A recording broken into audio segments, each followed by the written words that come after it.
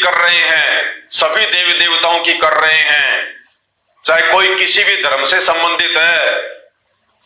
जैसी उनको साधनाएं धर्म गुरुओं के द्वारा, मुल्ला मौलवियों के द्वारा बताई गई हैं, बेचारे सब कर रहे हैं। उसके बावजूद भी सबके घर में अमंगल, कोई सिक्योरिटी नहीं है, कोई भी सिक्योर नहीं है।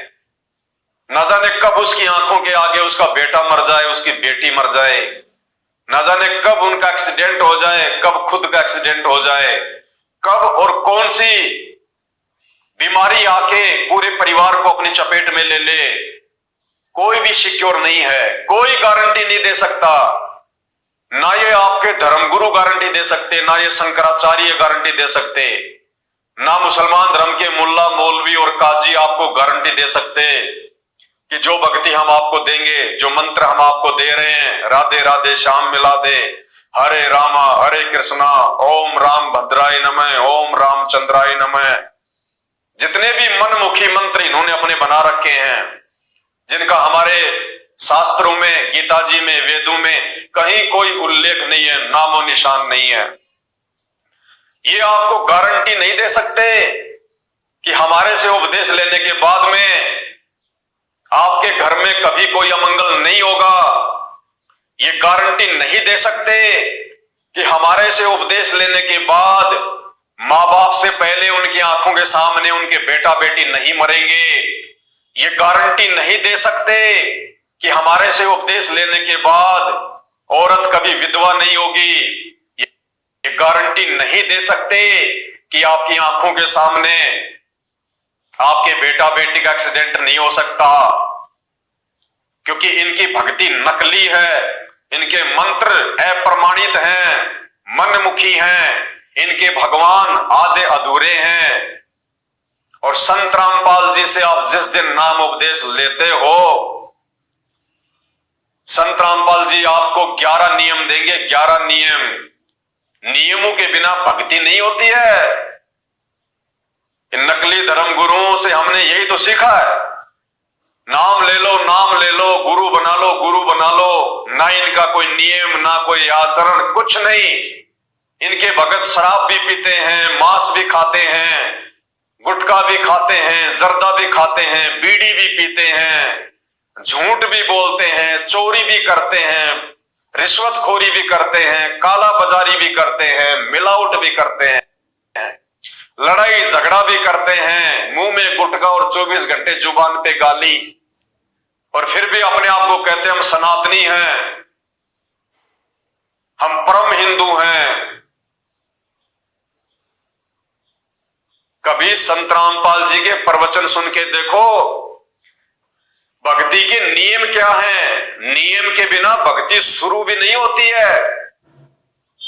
जिस प्रकार एक कैंसर का रोगी डॉक्टर के पास जाता है, डॉक्टर उसका ऑपरेशन कर देता है, ऑपरेशन करने के बाद वो गोली और दवाई देता है, गोली दवाई देने के बाद वो कुछ परहेज देता है, परहेज, नियम, मर्यादा, कि भैया ये नियम है, ये मर्यादा है। अगर तूने अपना कैंसर का रोग कटवाना है तो ये तो तुझे दवाइयां खानी पड़ेगी टाइम टू टाइम, और साथ में तुझे ये परहेज भी निभाने पड़ेंगे। नींबू नहीं खाना, खट्टा नहीं खाना, मीठा नहीं खाना, दही नहीं खाना, छाछ नहीं पीना, जो भी नियम होते हैं वो नियम बताएगा। और वो डॉक्टर चाहे कितना ही अच्छा क्यों ना हो, उसने ऑपरेशन चाहे कितना ही अच्छा क्यों ना कर दिया हो, उसके द्वारा दी गई मेडिसिन कितनी भी अच्छी और महंगी क्यों ना हो, यदि आपने वो परहेज नहीं निभाए, आपने वो कॉन्स्टिपेशन नहीं निभाए, तो वो डॉक्टर उसकी दवाई, उसकी मेडिसिन, उसकी सलाह आपके रोग को कभी जिंदगी में समाप्त नहीं कर सकती।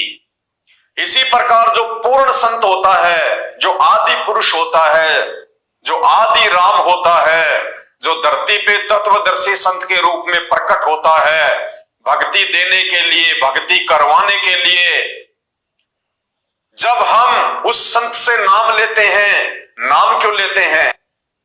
हमें बहुत भयंकर रोग लगा हुआ है सभी को। एक तो होते हैं शारीरिक रोग, एक होता है आध्यात्मिक रोग। रोग, आत्मिक रोग। तो जितने भी मानव शरीरधारी प्राणी, स्त्री पुरुष, बच्चे बुजुर्ग इस धरती पे हैं, चाहे वो मुसलमान है, चाहे हिंदू है, चाहे जैनी है, चाहे सिख है, चाहे ईसाई है, उन सभी को एक आत्मिक रोग लगा हुआ है, एक आध्यात्मिक रोग लगा हुआ है। और वो रोग क्या है? जन्म और मृत्यु का रोग, जन्म और मृत्यु। और जब तक ये रोग समाप्त नहीं होगा तब तक हम महादुखी रहेंगे। बार बार हमें जन्म लेना पड़ेगा, बार बार हमारे को गधे कुत्ते सूअर बनना पड़ेगा, बार बार हमारे को नरक में जाना पड़ेगा। तो जब हम परम संत से नाम लेते हैं तो हम अपना वो जन्म मरण का रोग कटवाने के लिए लेते हैं, मोक्ष के लिए लेते हैं कि हमारी मुक्ति हो जाए, सदा सदा के लिए जन्म मृत्यु का रोग समाप्त हो जाए, मैं जन्म मरण से दूर हो जाऊं, मैं ये कष्ट, ये दुख, ये परेशानियां हर बार मानव जन्म लेके या पशु पक्षियों का जन्म लेके ना भोगूं, ये नारकीय जीवन मुझे ना जीना पड़े। इसलिए वो परम संत की तलाश करता है, इंसान को भक्ति की जरूरत पड़ती है। तो हम अपना जन्म और मरण का रोग कटवाने के लिए जब आध्यात्मिक डॉक्टर सच्चे गुरु के पास में जाते हैं, तो जब गुरु हमें नाम देता है, हमारे को उपदेश देता है, तो वो हो गया हमारा ऑपरेशन। यानी गुरु ने वो नाम उपदेश देके हमारा ऑपरेशन कर दिया जन्म और मरण का। फिर गुरु हमें कुछ मेडिसिन देता है, जैसे वो डॉक्टर देता है। गुरु की मेडिसिन क्या है? 3 समय की आरती, जो वेदों में प्रमाणित है। हमारे नकली धर्म गुरुओं को तो ये भी नहीं पता कि 3 समय की आरतियां, 3 समय की संध्या हमारे धर्म ग्रंथों में वर्णित है। 3 समय की आरती देगा जो परम संत होगा, जो पूर्ण संत होगा, जिसकी भक्ति से मोक्ष मिलना होगा, वो 3 समय की आरती देगा, सुबह की, दोपहर की और शाम की, और शास्त्रों से प्रमाणित देगा। तो गुरु हमें मेडिसिन के रूप में 3 समय की आरती देंगे और हमें वो मंत्र देंगे जो मंत्र शास्त्रों से प्रमाणित होंगे। सबसे पहले वो गुरु हमें नीचे के जो देवी देवता हैं, जो हमारे शरीर के कमलों में निवास करते हैं, ये सभी जानते हैं जो लोग थोड़ा बहुत आध्यात्मिक ज्ञान रखते हैं, चाहे हिंदू हो चाहे मुसलमान हो। जो भी स्त्री या पुरुष है, उनके शरीर में पीछे जो रीढ़ की हड्डी है, जो बैकबोन है, उसके अंदर की साइड में सूक्ष्म रूप में कमल बने हुए हैं। कमल दल कहते हैं जिनको कमल चक्र कहते हैं, जिनमें 5 देवी देवताओं का वास है। ब्रह्मा और शांतरी जी का, उसके बाद में गणेश जी का, उसके बाद में लक्ष्मी और श्री विष्णु जी का, उसके बाद में शंकर और पार्वती जी का, और उसके बाद में दुर्गा जी का। इन 5 शक्तियों का वास हर स्त्री पुरुष के शरीर में बने हुए कमल चक्रों में होता है, जो हमारी बॉडी को नियंत्रित करते हैं, जो हमारे जीवन के संचालन करता है, वो चाहे हिंदू हो चाहे मुसलमान हो। तो गुरु हमें इनके मंत्र देगा। तो संत रामपाल जी हमें सबसे पहले जो मंत्र देंगे, जो मंत्र देते हैं, वो इनके वास्तविक मंत्र देंगे। ब्रह्मा और शांतरी जी का मंत्र देंगे, जो मंत्र शास्त्र प्रमाणित है, जिस मंत्र के जाप करने से ब्रह्मा और शांतरी जितना हमें लाभ दे सकते हैं, जितनी उनकी क्षमता है आध्यात्मिक स्तर में, वो तुरंत लाभ देना शुरू कर देंगे, तुरंत। बाकी नकली धर्मगुरुओं के मंत्रों से लाभ नहीं देंगे, क्योंकि पहली बात तो एक संत रामपाल जी को छोड़ के आज पूरे विश्व में कोई धर्मगुरु नाम उपदेश देने का धरती पे अधिकारी ही नहीं है। ये जितने भी धर्म गुरु हैं ये मनमुखी रूप से अपने आप को धर्म गुरु बनाकर अपने पैरों पे खुद ये कुल्हाड़ा मार रहे हैं। ये खुद भी नरक में जाएंगे और इनके अनुयायी तो जाने ही जाने हैं। तो सर्वप्रथम संत रामपाल जी हमारे को 7 मंत्र देंगे, जिनको प्रथम मंत्र कहा जाता है, जिनमें बीच के जो 5 मंत्र हैं उनमें एक ब्रह्मा और शांतरी जी का मंत्र, उस मंत्र के जाप से ये ब्रह्मा और शांतरी जी आपको वो लाभ देंगे, आपके शरीर में वो राहत देना शुरू कर देंगे जो राहत आप लाखों की दवाइयां खा के बड़े से बड़े डॉक्टर से परामर्श लेके प्राप्त नहीं कर सकते। उसके बाद में श्री गणेश जी का मंत्र देंगे। गणेश जी का मंत्र जैसे ही हम शुरू करेंगे गणेश जी अपने स्तर का पूर्ण लाभ उस साधक को देना शुरू कर देंगे। उसके बाद में लक्ष्मी जी और श्री विष्णु जी का मंत्र देंगे। जो मंत्र श्री विष्णु जी स्वयं जाप करते हैं वही मंत्र संत रामपाल जी फिर अपने भगत को देंगे।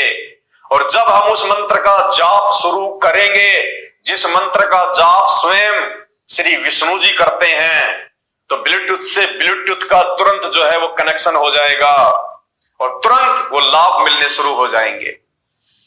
उसके बाद में संत रामपाल जी हमें माता पार्वती और महादेव जी का मंत्र देंगे। और जो लाभ श्री शंकर जी और पार्वती जी एक भगत को दे सकते हैं, बेस्ट से बेस्ट, उत्तम से उत्तम, क्योंकि ये उत्तम मंत्र है इस सृष्टि के, ये इन देवी देवताओं के वास्तविक मंत्र हैं, इनके बीज मंत्र हैं, इनके मूल मंत्र हैं। ये देवी देवता अगर आकर्षित हो सकते हैं किसी भगत पे तो केवल इन्हीं मंत्रों से हो सकते हैं।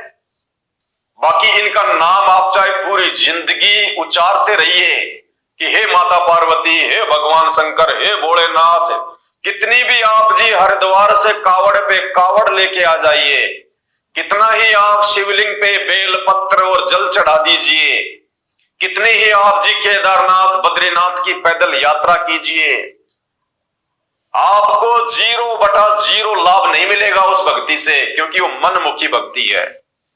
इस प्रकार की मनमुखी भक्ति से और साधना से, नंगे पैर होके भरमने से, भटकने से ये शंकर और पार्वती भी प्रसन्न नहीं होते हैं। और यही कारण है केदारनाथ में कैसी कैसी त्रासदियां हुई हैं। 20-20 हजार लोग उस पर्वत के ढह जाने से वहां पे मरे हैं अकाल मौत। क्या भगवान शंकर बेहोश थे उस समय? क्या भगवान शंकर को इस बात का नहीं पता था कि मेरे भगत कहां से चल के आए हुए हैं, कितना पैसा और अपना समय बर्बाद करके मेरे दर्शनों के लिए नीलकंठ पे आए हैं, केदारनाथ पे आए हैं? क्या भगवान शंकर को वो जनसंख्या, वो भीड़ वो दिखाई नहीं दे रही थी? क्या भगवान शंकर को इतना भी नहीं पता था कि कुछ ही समय बाद में ये पर्वत टूट के नीचे गिरने वाला है और मेरे 20,000 से ज्यादा भगत इस पानी में बह के पर्वत के नीचे दब के अकाल मौत मरने वाले हैं? उन्होंने किसी को नहीं चेताया, किसी के अंदर कोई भी जो है वो प्रेरणा नहीं करी, क्योंकि भगवान शंकर और पार्वती भी इस पाखंड पूजा से प्रसन्न नहीं है। अरे दुनिया का ऐसा कौन सा माँ बाप है जो ये चाहेगा कि मेरा बच्चा 500 किलोमीटर से पैदल चल के मुझे प्रसन्न करे? कौन माँ बाप है जो अपने बच्चों के पैरों में छाले देखना पसंद करेगा? हमारा बच्चा 2 मिनट के लिए अगर धूप में चला जाए, हम तुरंत उसको उठा के छाया में ले आते हैं कि कहीं मेरे बच्चे के पैर ना जल जाएं। तो भगवान शंकर और पार्वती तो दयालुता में आम माता पिता से भी कहीं ज्यादा है। तो ये कैसे चाहेंगे कि उनका भगत 300 किलोमीटर, 400 किलोमीटर, 500 किलोमीटर पैदल चल के आए? और कितने लोग हैं जो रोड पे चलते चलते कावड़ यात्रा में पीछे से उनको ट्रक कुचल देते हैं? कितने लोग हैं जो मर जाते हैं? क्या भगवान शंकर को दिखाई नहीं दे रहा? सब दिखाई दे रहा है। जहां तक के ये भगवान है वहां तक इनको पता है, लेकिन इस पाखंड पूजा से, इस ढोंग से, इस मनमाने आचरण से, जो ना कभी भगवान शंकर ने कभी किए और ना भगवान शंकर ने कभी अपने किसी भगत को ये करने के आदेश दिए, ये आदेश हमारे ऊपर इन धर्म शास्त्रों से अनजान और अपरिचित हमारे नादान धर्म गुरुओं के द्वारा मनमुखी रूप से आप और हमारे ऊपर थोप दिए गए, लाद दिए गए, और हम लोगों ने उनको स्वीकार कर लिया, क्योंकि हम अपने इन धर्म ग्रंथों से अपरिचित, ना हमारे बाप दादाओं ने कभी ये धर्म ग्रंथ खोल के देखे, और ना आज पढ़े लिखे होने के बावजूद भी हम इनको खोल के देख रहे। तो क्या होगा हमारे साथ में? यही होगा जो हो रहा है। इन धर्म गुरुओं का धंधा चल रहा है और आम व्यक्ति की दुर्गति हो रही है। तो शंकर और पार्वती का मंत्र संत रामपाल जी देते हैं, उस मंत्र का जाप पार्वती और शंकर जी भी करते हैं, और जब उसी मंत्र का जाप अधिकारी और पूर्ण गुरु से लेके, तत्वदर्शी संत से लेके जब हम शुरू करते हैं, तो हमें पार्वती और शंकर जी के स्तर का पूर्ण लाभ मिलता है।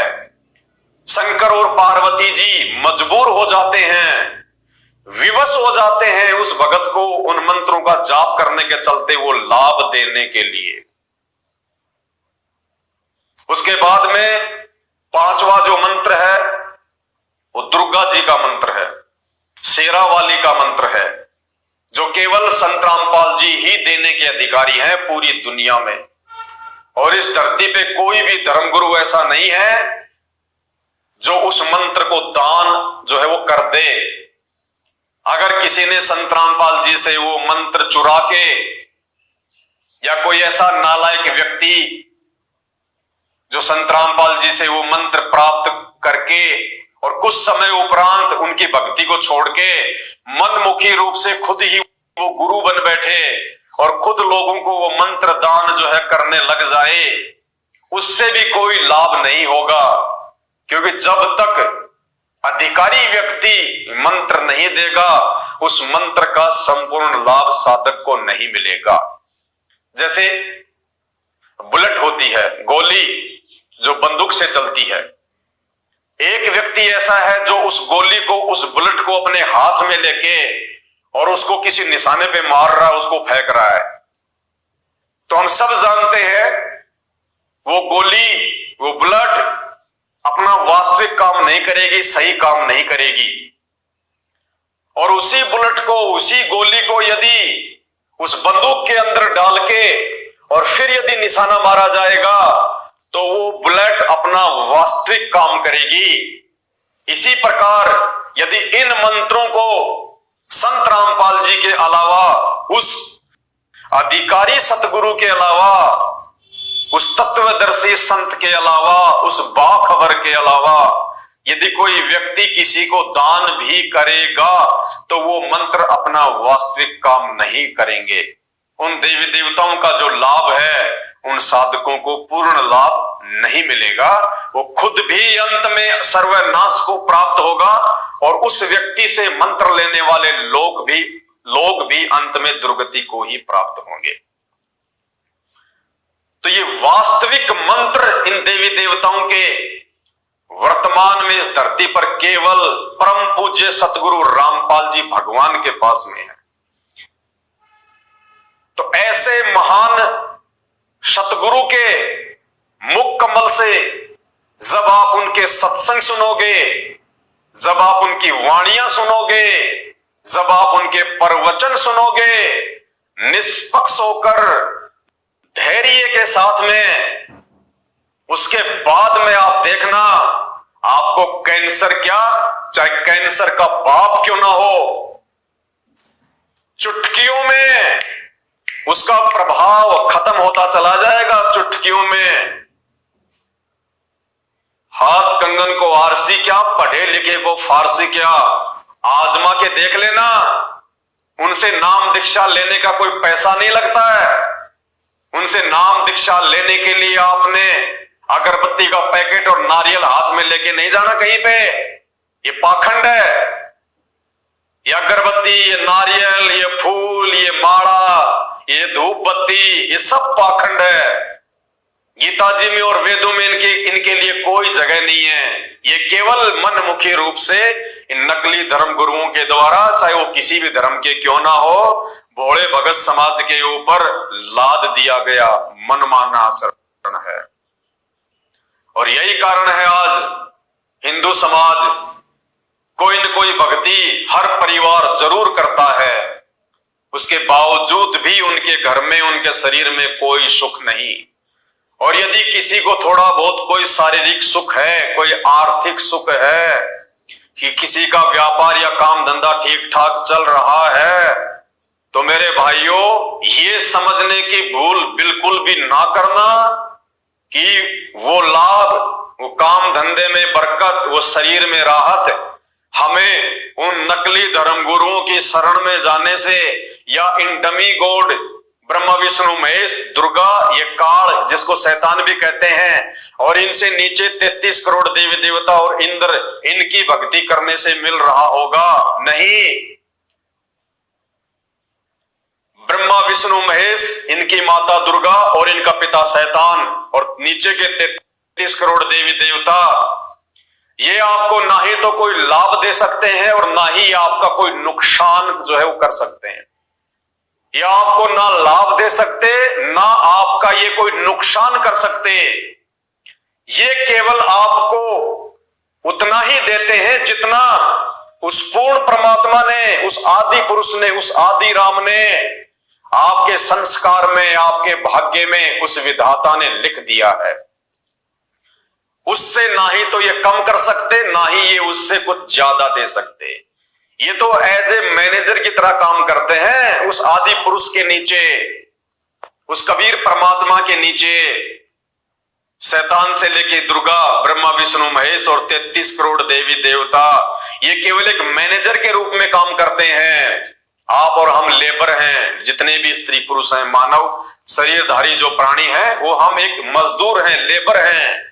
जैसे बहुत बड़ी फैक्ट्री का कोई मालिक है और मालिक ने लेबर के ऊपर कंट्रोल करने के लिए, उनसे काम करवाने के लिए एक मैनेजर नियुक्त किया होता है।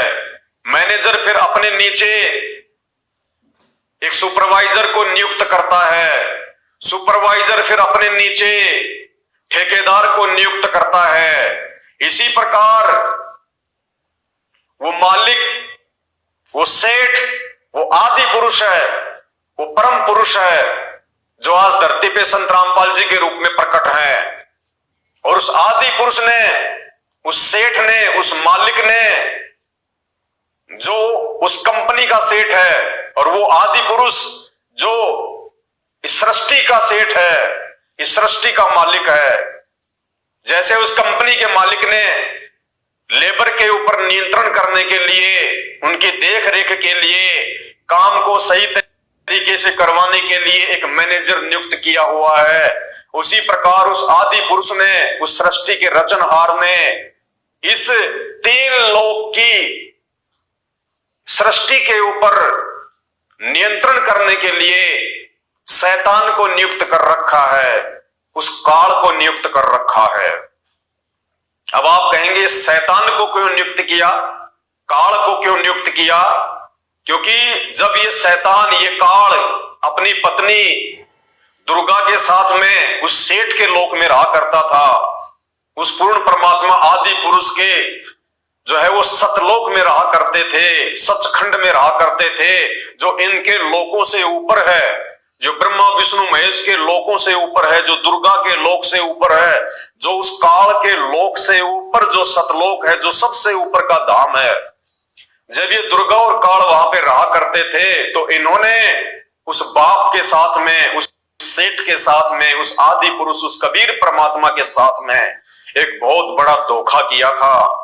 उस धोखे की सजा इनको मिली। उस परमात्मा ने, उस सेठ ने इनको नीचे पटक दिया, इनको कुछ ब्रह्मांड दे दिए, इनको कुछ लोक दे दिए, और इनको अपने सतलोक से निष्कासित कर दिया। और 16 शंख कोश की दूरी पे इनको जो है स्थापित कर दिया। सतलोक से इस काल ब्रह्म के लोक की दूरी 16 शंख कोश की दूरी है। और ये अपने साथ में वहां से कुछ आत्माएं ले आए थे, जो आप और हम सब हैं, जो यहां पे इंसान रूप में हैं, गधे कुत्ते सुअर के रूप में हैं। हमने भी इस शैतान के ऊपर अपने उस परमात्मा से आस्था हटा के इस शैतान के ऊपर आस्था लगा ली थी वहां पे सतलोक में। तो इस कबीर परमात्मा ने, इस आदि पुरुष ने हम सबको वहां से निष्कासित किया। और उसके बाद से हम लोग ये सब दुख भोग रहे हैं यहां पे। तो उस आदि पुरुष ने दुर्गा और काल को मैनेजर के रूप में ये 21 ब्रह्मांड की जो सृष्टि है, इसको नियंत्रित करने के लिए, इसका संचालन करने के लिए एज ए मैनेजर नियुक्त कर रखा है। और इस शैतान ने, इस काल ने, इस दुर्गा ने फिर ब्रह्मा विष्णु महेश को नियुक्त किया, अपने पुत्रों को नियुक्त कर दिया एज ए मैनेजर। और ब्रह्मा विष्णु महेश ने इन 33 करोड़ देवी देवताओं को नियुक्त कर दिया। भाई और बहनों, जब आप सृष्टि रचना पढ़ोगे संत रामपाल जी के मुख कमल से, तभी आप इस गहरे उलझे हुए आध्यात्मिक रहस्य को समझ सकते हो। ये ठीक इसी प्रकार है जिस प्रकार भारत देश का एक राष्ट्रपति है, और जो राष्ट्रपति होता है वो देश का प्रथम नागरिक होता है। उनके ऊपर कोई किसी प्रकार का लांछन नहीं लगाया जा सकता, वो निष्पाप होता है, वो देश का प्रथम नागरिक होता है, उसके ऊपर कोई दोषारोपण नहीं किया जा सकता।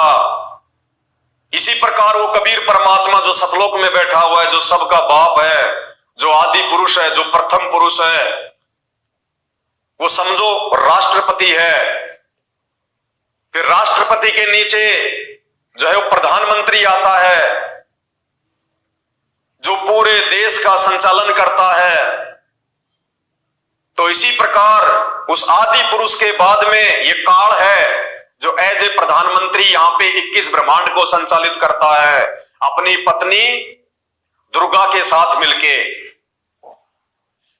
लेकिन वो प्रधानमंत्री अकेला पूरे देश का संचालन नहीं कर सकता, इसलिए उसने अपना एक मंत्रिमंडल बना रखा है, उसने एक गृह मंत्री बना रखा है, उसने एक जो है रक्षा मंत्री बना रखा है, और उसने एक विदेश मंत्री बना रखा है। 3 मंत्री उसने बना रखे हैं जो पूरे कैबिनेट के ऊपर अपना नियंत्रण करते हैं।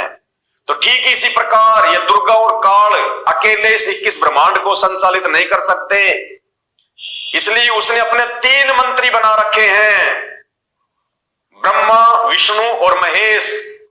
ब्रह्मा जी को काम दे दिया जीवों की उत्पत्ति करना, विष्णु जी को काम दे दिया सबका पालन पोषण करना, और शंकर जी को ड्यूटी दे दी अंत में सबका संहार करना। फिर वो जो मंत्रिमंडल है जो प्रधानमंत्री का, 3 जो उसके जो मंत्री हैं, रक्षा मंत्री, गृह मंत्री और विदेश मंत्री, उन्होंने फिर नीचे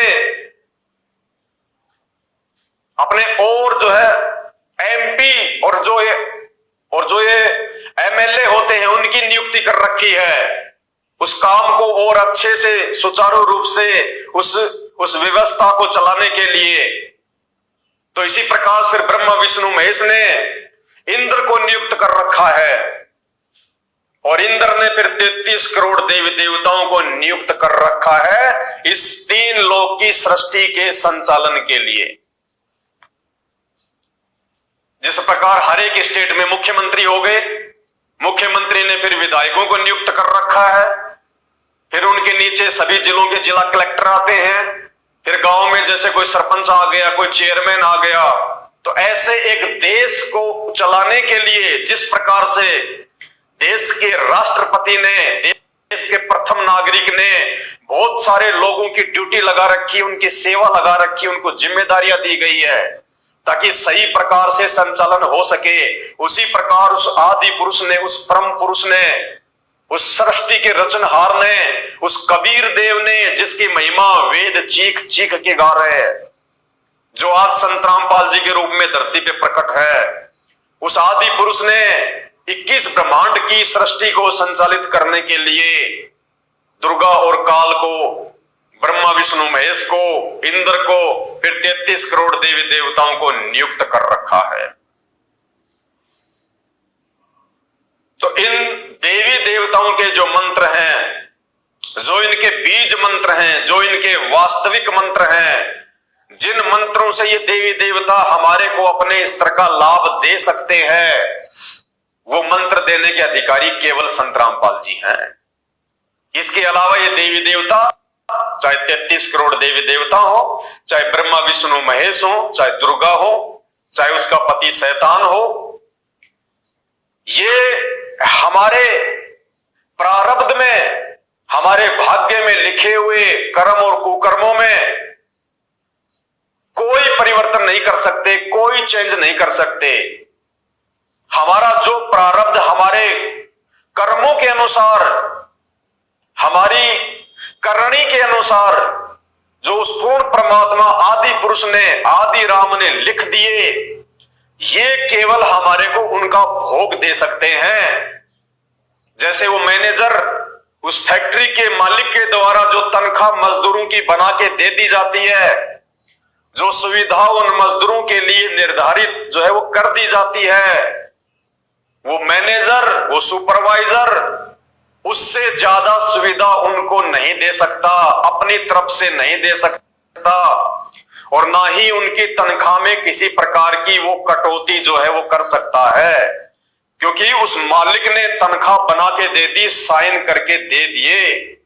तो इसी प्रकार उस पूर्ण परमात्मा आदि पुरुष ने, उस प्रथम पुरुष ने, उस स्वयंभू परमात्मा ने, कबीर देव ने, हम जीव आत्माओं के भाग्य में, हमारे संस्कार में, हमारे प्रारब्ध में, हमारे ही कर्मों के अनुसार जो लिखना था वो लिख दिया।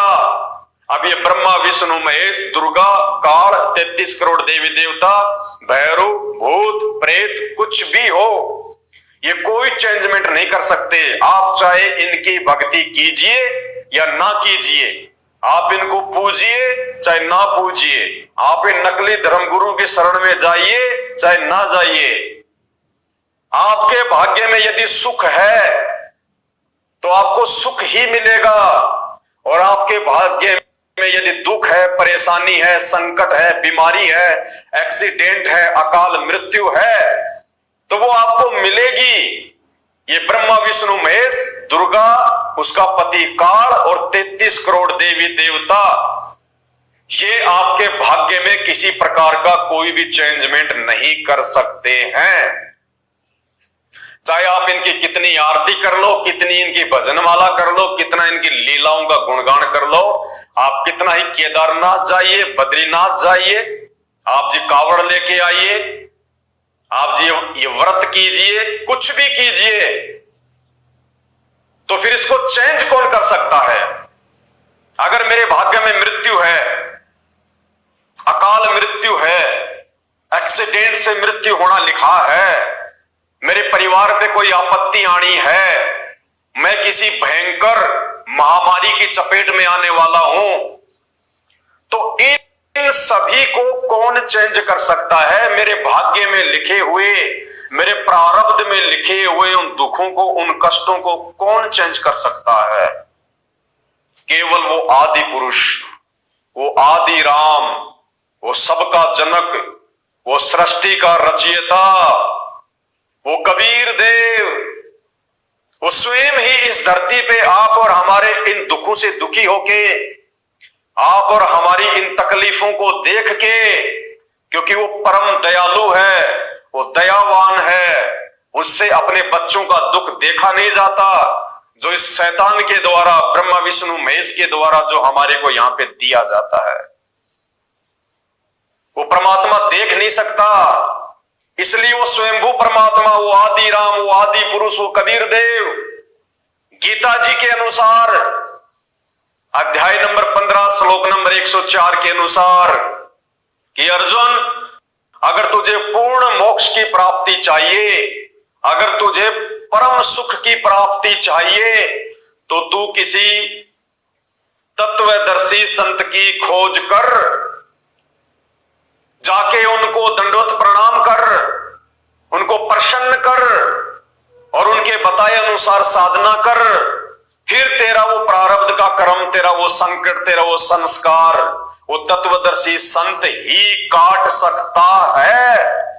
यानी श्री कृष्ण जी ने भी अर्जुन के सामने ये बात कहते हुए अपने हाथ खड़े कर लिए, वरना श्री कृष्ण जी को यह कहने की आवश्यकता नहीं थी कि वो तत्वदर्शी संत ही तुझे परम सुख और परम शांति और जन्म मरण से मुक्ति दे सकता है। अगर श्री कृष्ण यानी विष्णु जी के भाग्य में, श्री विष्णु जी के हाथ में अगर ये बात होती तो वो किसी अन्य तत्वदर्शी संत की तरफ ये संकेत नहीं करता कि उसकी शरण में जाने से तेरा जन्म मृत्यु का रोग कटेगा। तो आज वो तत्वदर्शी संत स्वयं वो आदि पुरुष, वो परम पुरुष, वो आदि राम, वो कबीर देव स्वयं ही संत रामपाल जी के रूप में धरती पे प्रकट होके और वो तत्वदर्शी संत की भूमिका निभा रहा है, जो हमारे भाग्य के, उन प्रारब्ध के, उन संस्कारों के, उन कष्टों को, महादुखों को जो हमें भोगने पड़ते हैं, जिनको ब्रह्मा विष्णु महेश और उनके माता पिता भी नहीं काट सकते, केवल ये तत्वदर्शी संत ही वर्तमान में धरती पे काटने में सक्षम है।